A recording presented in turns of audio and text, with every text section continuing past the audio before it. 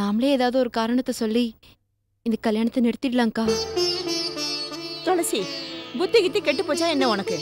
உனக்கு இப்படி ஒரு வாழ்க்கை அமையாதான்னு ஒவ்வொரு கடவுளையா வேண்டிக்கிட்டு ஏங்கி தவிச்சு தவம் கிடந்திருக்க. சுதர்சன் ஃபுல் போதையில மப்ல வீட்டுக்கு போய் இன்னைக்கு ராத்திரி ஸ்ரீவத்சனுக்கு சுதர்சன் தீபாவளி கொண்டாடிடுவான்.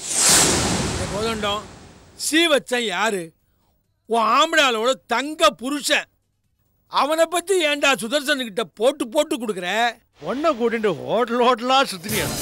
அப்ப அசிங்கமா தெரியல உனக்கு? நான் பேசுறது அசிங்கமா இருக்கு. மாமா மறுபடியும் சொல்றேன், அதிகமா பேசாதீங்க. இது உங்களுக்கு தேவையில்லாத விஷயம். தேவையில்லாத விஷயம்.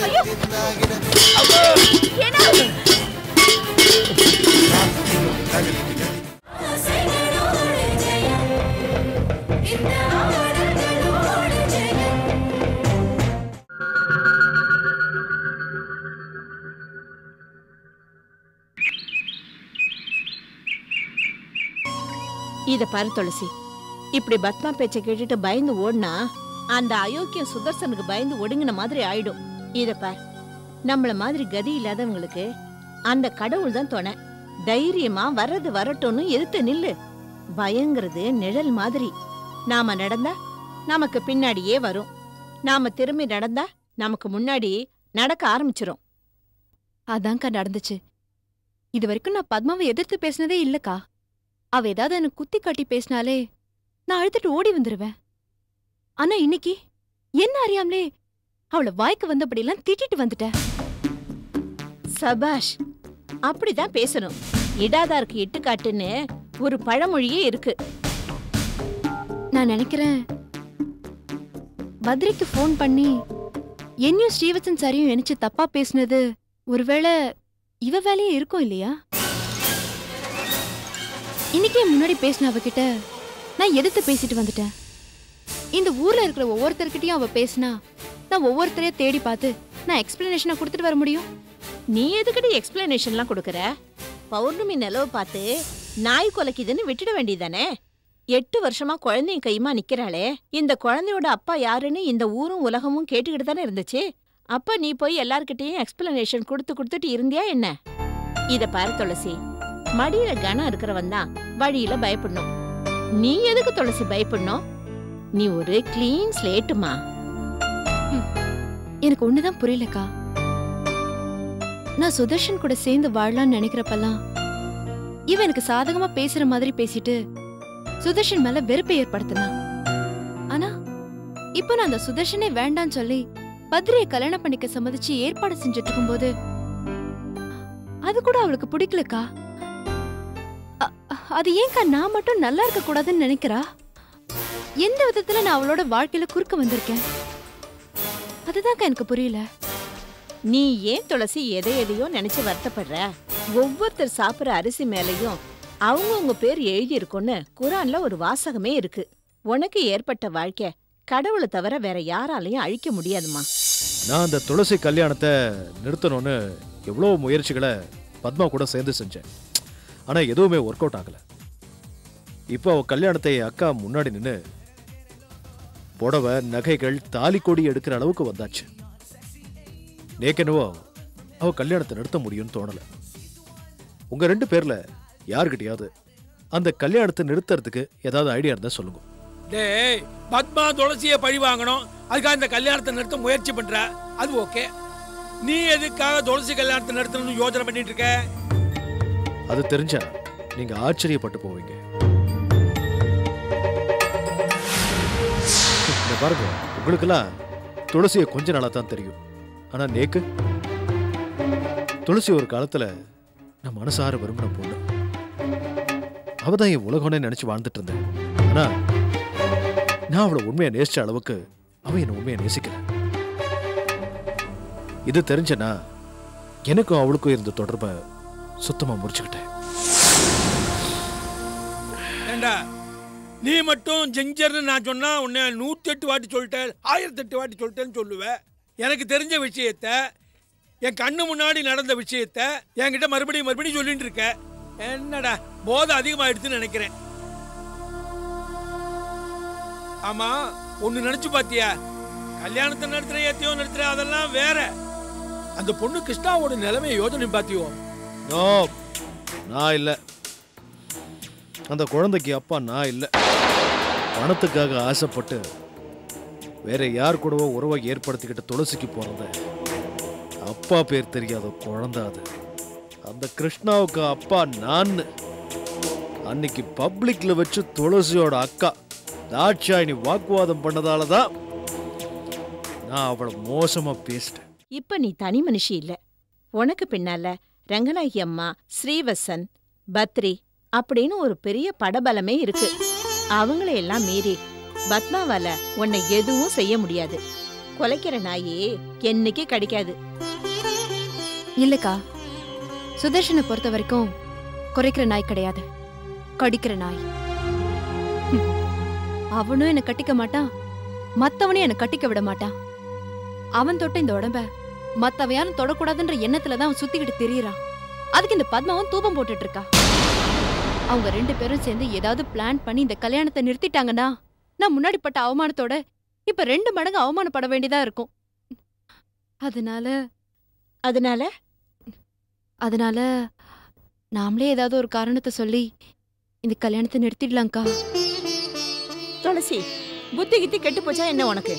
உனக்கு இப்படி ஒரு வாழ்க்கை அமையாதான்னு ஒவ்வொரு கடவுளையா வேண்டிக்கிட்டு ஏங்கி தவிச்சு தவம் கிடந்திருக்க.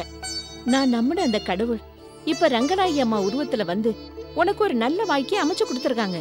இப்ப போய் கல்யாணத்தை நிறுத்தலாமான்னு பேசுறியே? வெண்ணெய் திரண்டு வரும்போது தாழியை யாராவது உடைப்பாங்களா துளசி? இத பாரு துளசி, ஒரு கதவு மூடுனா இன்னொரு கதவு தானா திறக்கும். இதுதான் உலக நேதி. திறந்த கதவு வழியா உள்ள நுழைஞ்சிடணும்.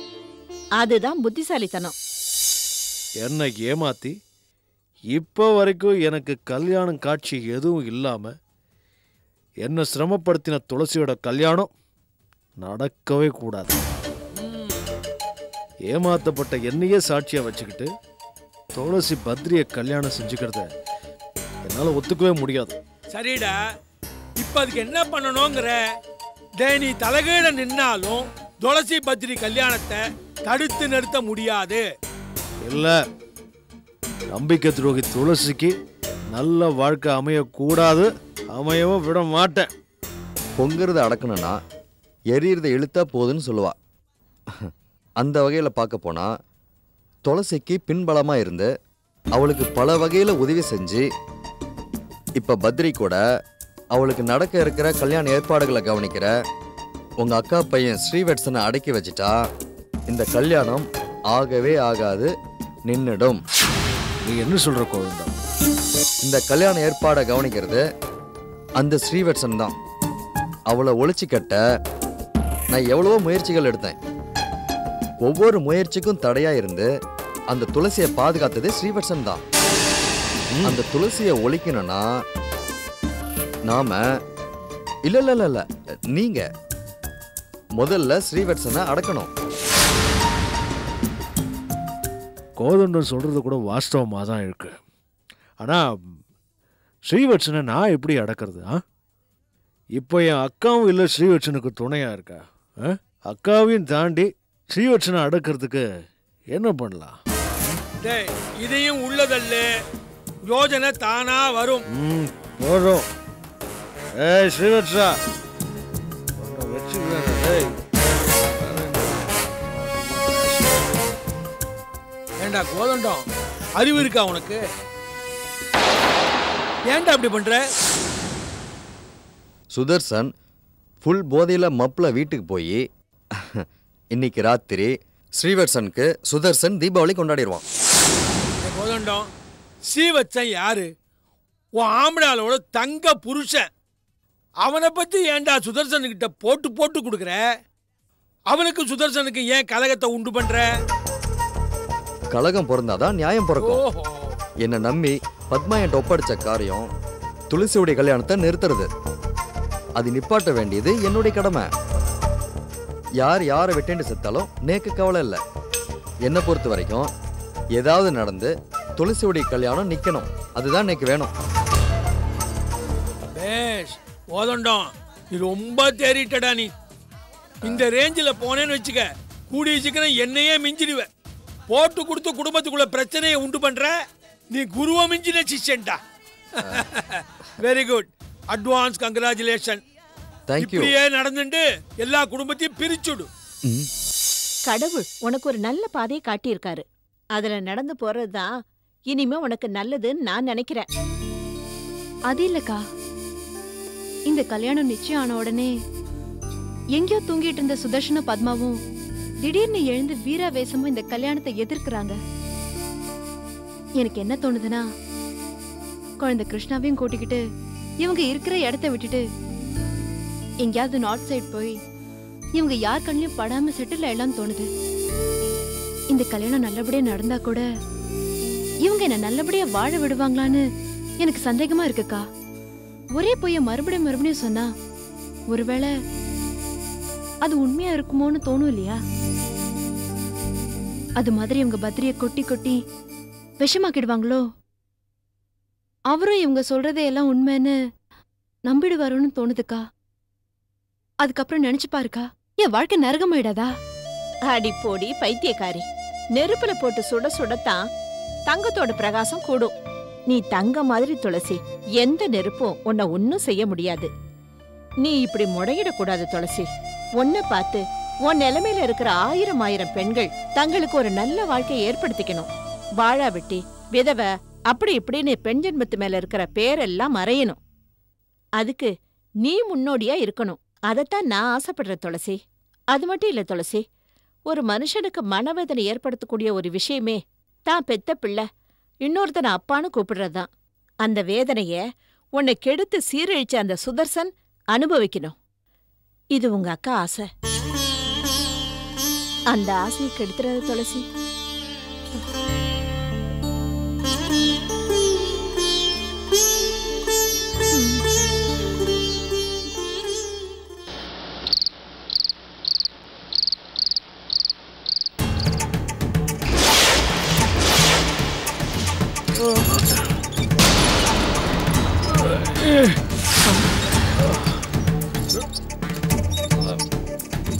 சுதா, ஏய் சுதா, என்னடாச்சு? ஏன் இப்படி தள்ளாடிட்டு இருக்க? என்னடா அது கன்றாவி, சாராயத்தை குடிச்சிட்டு வந்து நிக்கிற? இந்த பழக்கம் உனக்கு எப்படிடா வந்தது?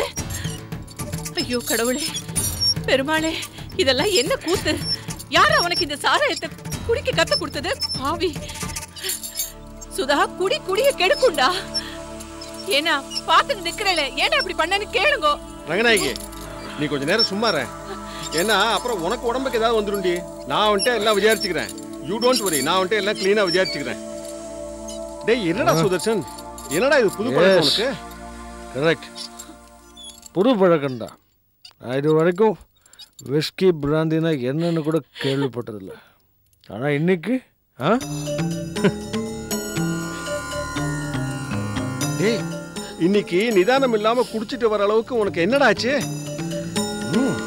கரெக்ட், இந்த ஆற்றுல கரெக்டாக பேசுறது நீங்கள் ஒருத்தர் தான் தம்பி. இன்னைக்கு இப்படி நிதானம் இல்லாமல் குடிச்சிட்டு வர்றதுக்கு காரணம் உங்கள் பையன் ஸ்ரீவத்சன்.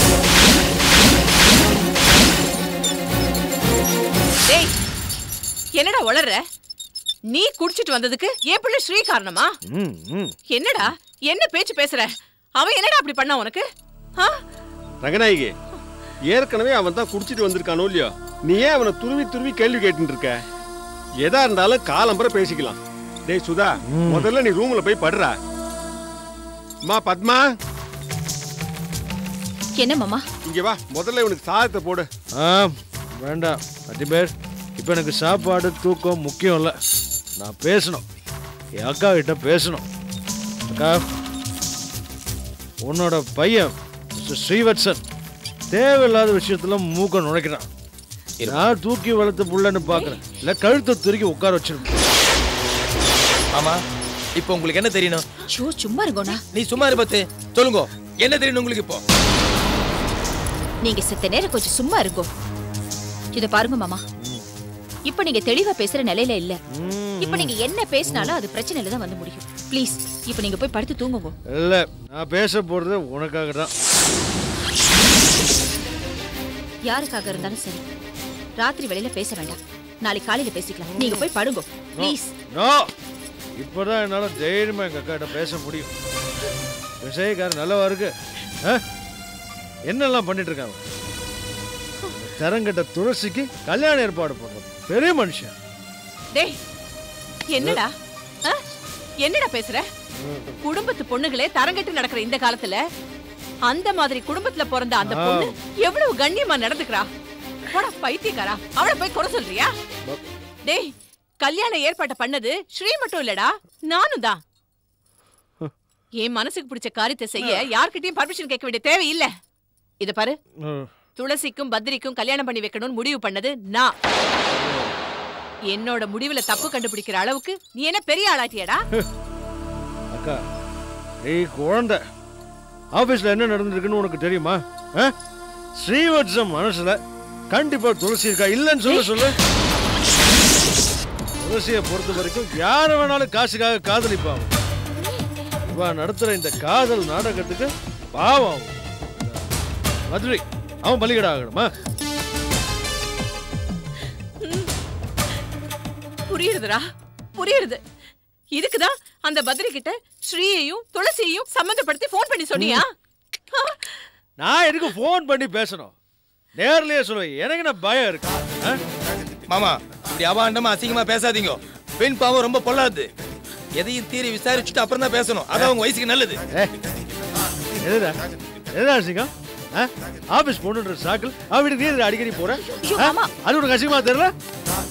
அப்போ பேர் தெரியாத குழந்தைக்கு வைத்தியத்துக்காக ₹1,00,000 செலவு பண்ண அது அசிங்கமா இல்ல உனக்கு? சரி, நரசிம்மம்மா வந்து பார்க்கும்போது சட்ட பட்டரெல்லாம் கைட்டு நீ அது அசிங்கமா தெரியல உனக்கு? ஏய், அந்த பொண்ணை கூட்டிட்டு ஹோட்டலா சுத்தினியா? அப்ப அசிங்கமா தெரியல உனக்கு? நான் பேசுறது அசிங்கமா இருக்கு உனக்கு? மாமா மறுபடியும் சொல்றேன், அசிங்கமா பேசாதீங்க. இது உங்களுக்கு தேவையில்லாத விஷயம். எதுனா தேவையில்லாத விஷயம்?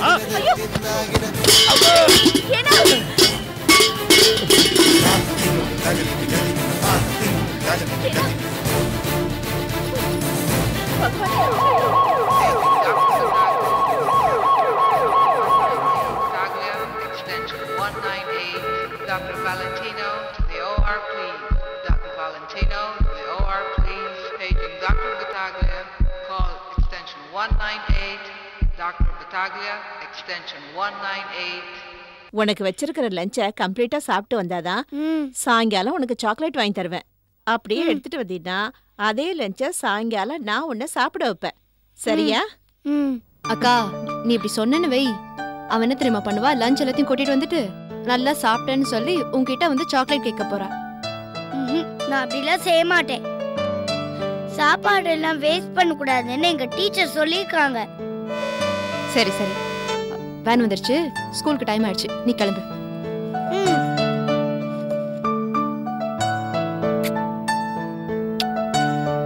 பாய் பாய் பெரியம்மா. இன்னைக்கு ஆபீஸ்ல நிறைய வேலை இருக்கு. இன்னைக்கு சீக்கிரமா கிளம்புன்னு பார்த்தா இன்னைக்குன்னு ரொம்ப லேட் ஆயிடுச்சு. ச்சே. பதட்டப்படாம கிளம்பு துளசி. லேட் ஆனது ஆயிடுச்சு. கொஞ்சம் டிஃபன் சாப்பிட்டுட்டு போயிடு. எடுத்துட்டு டிஃபன் சாப்பிடலாம் நேரம் இல்லக்கா. முதல்ல ஆபீஸ் போயிட்டு அங்க ஏதாவது சாப்பிட்டுக்கிறேன். வாங்க வாங்க. வணக்கங்க துளசி. வாங்க. என்ன காலங்கத்தால திடீர்னு சொல்லாம? ஸ்ரீவத்சனா ஹாஸ்பிட்டல்ல சேர்த்திருக்காங்க. அவரை பார்க்க தான் நான் போயிட்டு இருக்கேன். சரி, போற வழியில உங்களுக்கு தகவல் சொல்லிட்டு போலான்னு வந்தேன். என்னாச்சு? நேத்து ஆபீஸ்ல இருந்து கிளம்பும்போது நல்லா தானே இருந்தாங்க. ஹாஸ்பிட்டல் அட்மிட் ஆகிற அளவுக்கு அவர் உடம்புக்கு என்ன? ஸ்ரீக்கு தலையில பலமா அடிபட்டிருக்கு. பிளட் ரொம்ப லாஸ் ஆயிடுச்சு. அதான் இப்போ பிளட் ஏற்றிட்டு இருக்கோம். தலையில் பலமாக அடிபட்டிருக்கு. சிடி ஸ்கேன் எடுத்திருக்கு. ரிப்போர்ட் வந்ததுக்கப்புறம் தான் எதையுமே கன்ஃபார்மாக சொல்ல முடியும். ப்ளீட் ஆகிட்டே இருக்கான். 12 மணி நேரம் கழிச்சு தான் எதையும் சொல்ல முடியும் டாக்டர் சொல்லியிருக்காராம். என் ராசி அவரையும் பிடிச்சி ஆட்டி வச்சிருச்சா? எனக்குன்னு ஆதரவா இருந்து செயல்பட்டவர் இந்த உலகத்துல அவர் ஒருத்தர் தான். அதுவும் அந்த கடவுளுக்கு பிடிக்கலையா? அவரையும் எழுந்து நான் அனாதையா தவிக்கணுமா? பிறந்ததுல இருந்து கஷ்டத்தையே அனுபவிச்சுட்டு இருந்தேன்னா இப்ப கொஞ்ச நாளதான் சிரிக்கவே முயற்சி பண்ணிட்டு இருந்தேன். அது கூட இந்த கடவுளுக்கு பிடிக்கல.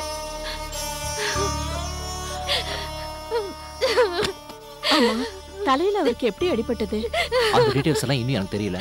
இனிமே தான் ஹாஸ்பிடல் போய் தெரிஞ்சுக்கணும். கட்டையில போறவன் இப்படி என் புள்ளைய கீழே தள்ளி விட்டுட்டாரு. எவ்வளவு ரத்தம்னா எவ்வளவு ரத்தம் போயிடுது. என் புள்ள உடம்பு தாங்குமா? இங்க பாருங்க, குத்து கல்லாட்ட நான் உட்கார்ந்துட்டு இருக்கேன். என் புள்ள உயிருக்கு போராடிட்டு இருக்கானே. ஏன்னா கருவேப்பிலை கொத்து மாதிரி ஒரே ஒரு புள்ள பெத்த. என் புள்ளைக்கு ஒண்ணு ஆயிடக்கூடாது. ரங்கநாயகி, என் புள்ளைக்கு ஒண்ணு ஆயிடக்கூடாது. ரங்கநாயகி, சேத்த சும்மா இருக்க மாட்டியா? நம்ம ஸ்ரீவத்சனுக்கு ஒன்னும் ஆகாதுமா. டாக்டர் பயமுறுத்துறத விட நீ ரொம்ப பயமுறுத்துறிய. அந்த பெருமாள் இருக்கார், அவர் ஒன்னும் ஆகாம பாத்துப்பாருமா. ரங்கநாயகி, குருவாயூரப்பனுக்கு துலாபாரம் போடுறதா நான் வேண்டின்னு இருக்கேன். அதனால நம்ம ஸ்ரீவத்சனுக்கு ஒண்ணுமே ஆகாதுமா. கண்டிப்பா ஒன்னும் ஆகாது. நீ ஒன்னும் கவலைப்படாத. இந்த நேரத்துல நீ டென்ஷன் ஆகி உன் உடம்புக்கு ஏதாவது வரவழைச்சிக்காத ரங்கநாயகி. ப்ளீஸ்மா, ப்ளீஸ். போங்கண்ணா, என் உடம்புக்கு என்ன வேணாலும் வந்துட்டு போட்டும். போறது அண்ணா, என் புள்ள உள்ள படுத்துட்டு இருக்கானே. ஐயோ, நான் தவம் இருந்து பெத்த பிள்ளையாச்சே, இப்படி ஆயிடுச்சு. அது சரி, இப்ப அழுது என்ன பிரயோஜனம்? ஆரம்பத்துல இருந்தே சுதர்சன் விஷயத்துல எச்சரிக்கையா இருந்திருக்கணும். தம்பி தம்பின்னு தலையில தூக்கி வச்சுட்டு ஆடினேள். பெத்த புள்ளைய விட அவருக்கு தான் அதிக செல்லம் கொடுத்தேள்.